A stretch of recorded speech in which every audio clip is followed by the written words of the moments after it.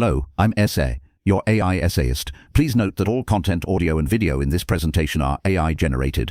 As AI can sometimes produce inaccuracies, I encourage you to verify any factual information presented. With that in mind, let's begin. The year 1964 stands as a fulcrum in the history of particle physics. The experimental confirmation of the Gell-Mann baryon at Brookhaven National Laboratory had solidified the Eightfold Way, a classification scheme organizing the burgeoning zoo of strongly interacting particles, or hadrons, in diligent patterns based on the mathematics of special unitary group 3. This triumph, however, immediately posed a deeper question. The success of the symmetry group was undeniable, yet its physical meaning remained opaque. The baryons, for instance, fit into representations of 8 and 10 particles, the octet and decuplet, while the mesons fit into octets and singlets. In the language of group theory, these are compound representations, the most fundamental representation of special unitary group 3. The triplet was conspicuously absent from the observed particle spectrum. It was into this intellectually fertile and paradoxical environment that two independent, nearly simultaneous proposals emerged, offering a breathtakingly simple and profoundly radical explanation.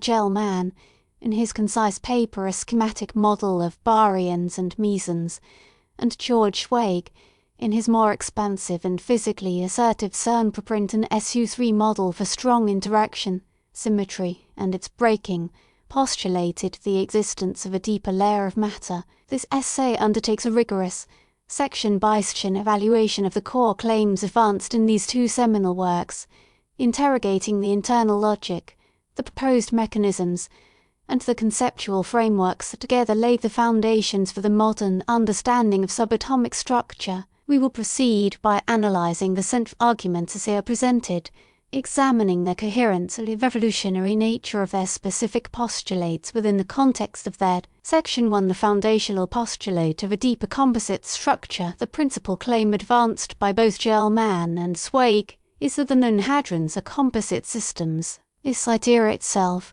while bold, circulated within a spectrum of theoretical possibilities. The distinct power of their shared proposal resides in its specificity. The constituents are members of the fundamental triplet representation of the special unitary group 3. This postulate immediately provides a stunningly elegant explanation for the observed particle groupings. Previous models worked with the observed hadrons as elementary. The 1964 papers proposed to demote these particles to a secondary status. The argument's internal strength is its mathematical economy. By positing a single triplet of fundamental entities, which Gell-Mann famously christened quarks and Zweig called aces, the entire hadronic spectrum could be constructed. The papers claim that baryons, such as protons and neutrons, are composed of 3 such quarks. Using the rules of group theory, the combination of 3 triplet representations yields precisely the representations observed in nature: a singlet, 2 octets,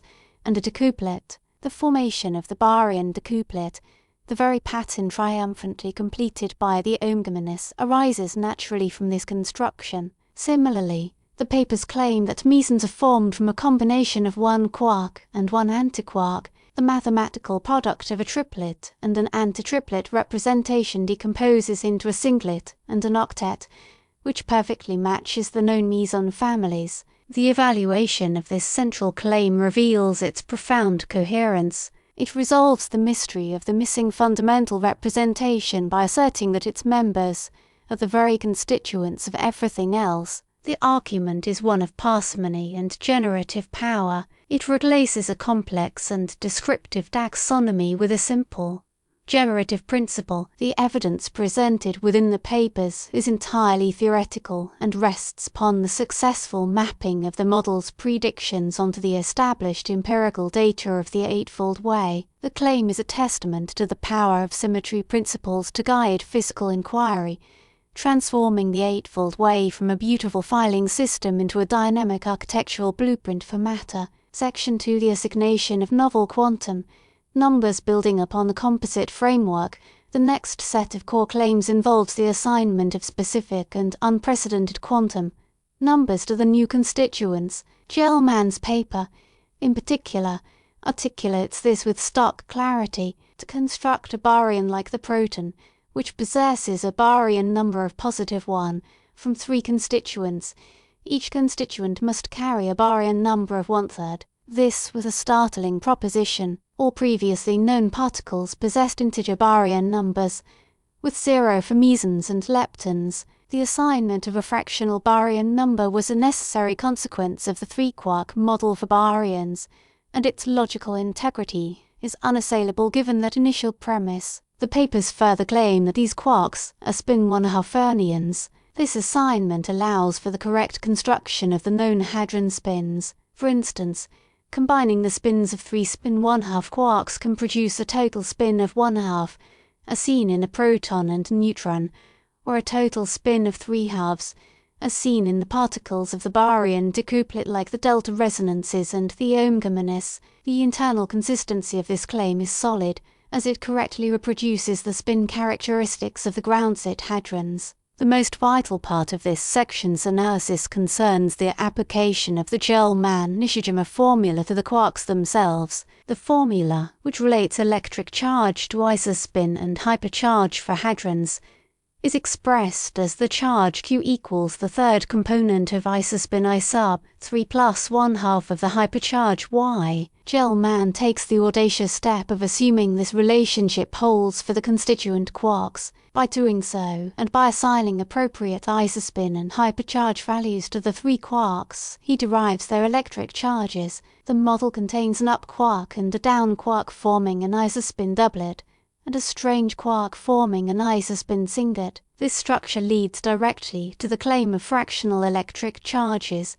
a point of such significance it warrants its own dedicated analysis. Section 3. The radical claim of fractional electric charge, the most revolutionary and fiercely contested claim within the 1964 papers, is the assignment of fractional electric charges to the quarks. All experimentation up to that point had revealed electric charge to be quantized in integer multiples of the elementary charge of the electron. The quark model shattered this empirical pillar. Following the logic described in the previous section, the up quark is assigned an electric charge of +2/3, while the down quark and the strange quark are both assigned a charge of -1/3. The evaluation of this claim must focus on its explanatory power versus its profound violation of established physical principles. Internally, the argument is flawless. For example, a proton with a charge of +1 is constructed from 2 up quarks and 1 down quark. The sum of 2/3 plus 2/3 minus 1/3 equals +1. A neutron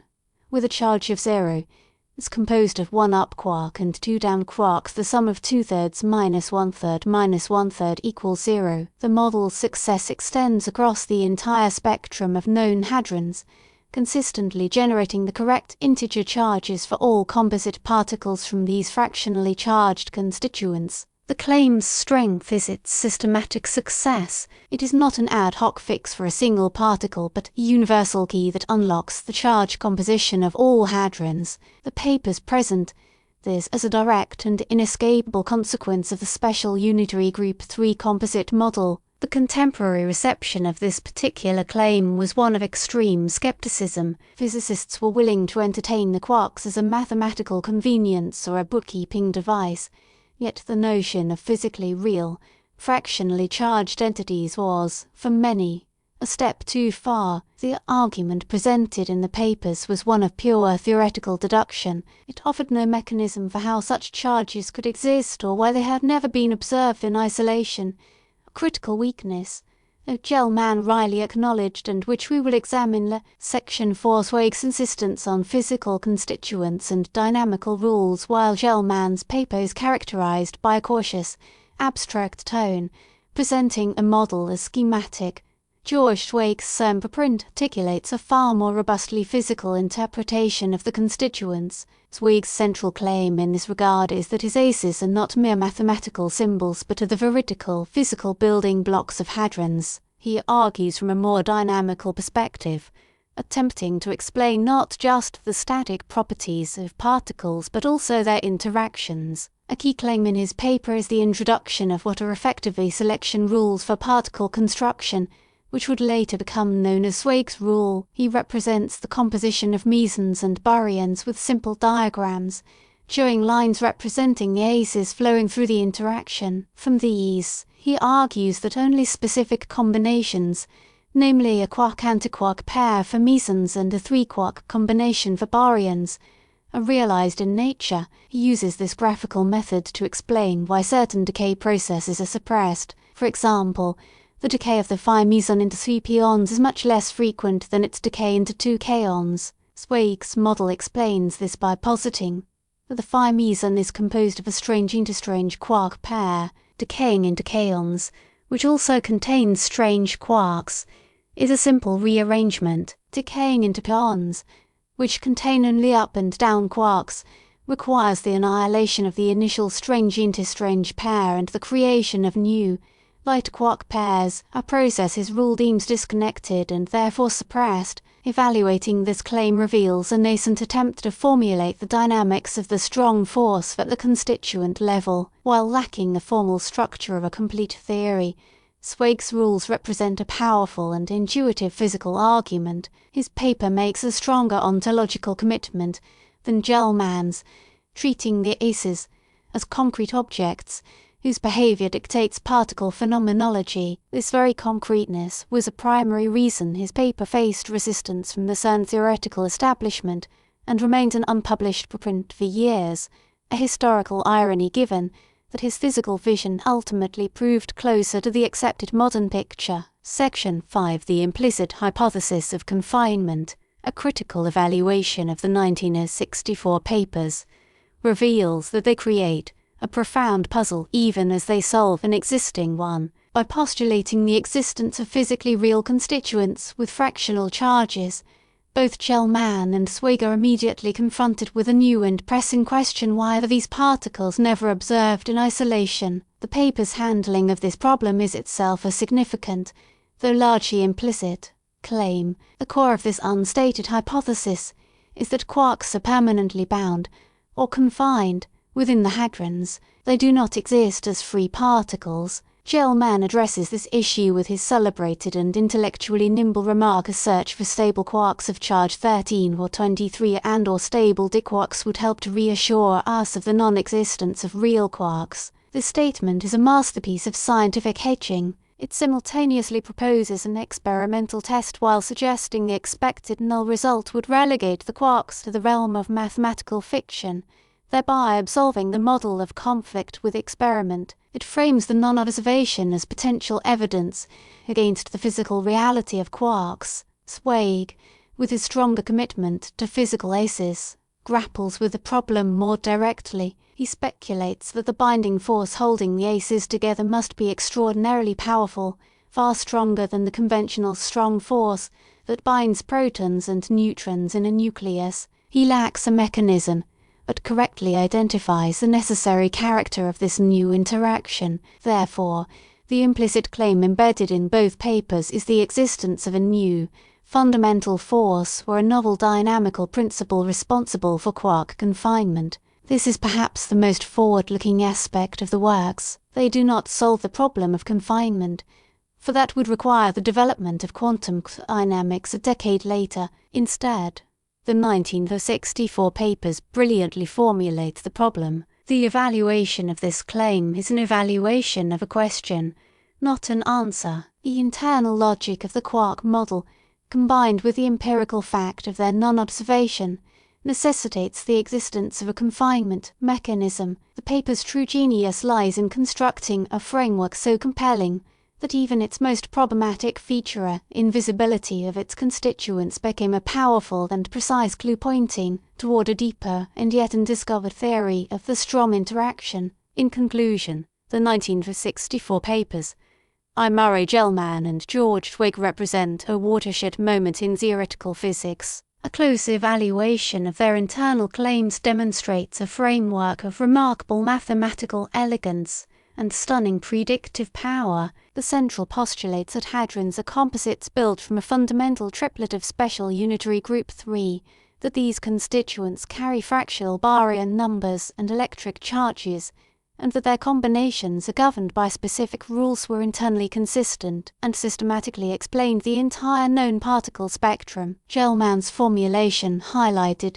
the mathematical purity and schematic potential of the idea, maintaining a strategic ambiguity about the quark's physical status. Zweig's parallel work argued with passionate conviction for the physical reality of his aces, introducing nascent dynamical rules that presaged future developments. The model's greatest challenge, the required physical existence of unobserved fractionally charged particles, was also their most profound contribution. It implicitly postulated the existence of quark confinement and a new fundamental force, thereby setting the central research agenda for particle physics for the following decade. The works of Gell-Mann and Zweig were more than a solution to the puzzle of the eightfold way. They were the precise and revolutionary formulation of a new set of questions whose answers would ultimately be found in the theory of quantum dynamics, forever changing our conception of the fundamental structure of matter.